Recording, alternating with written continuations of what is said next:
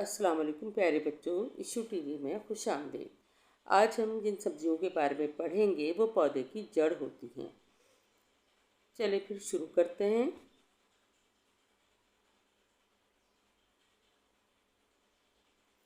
आलू, पोटैटो,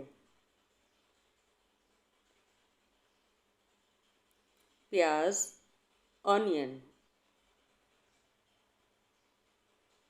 लहसुन, गार्लिक,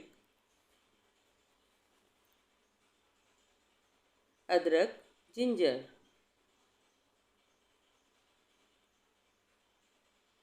गाजर, कैरट, चुकंदर, बीटरूट, मूली, रेडिश। ये लाल मूली है।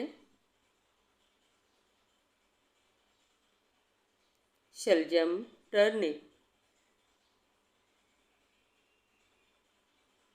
कचालू, यैम, अरबी, एरम,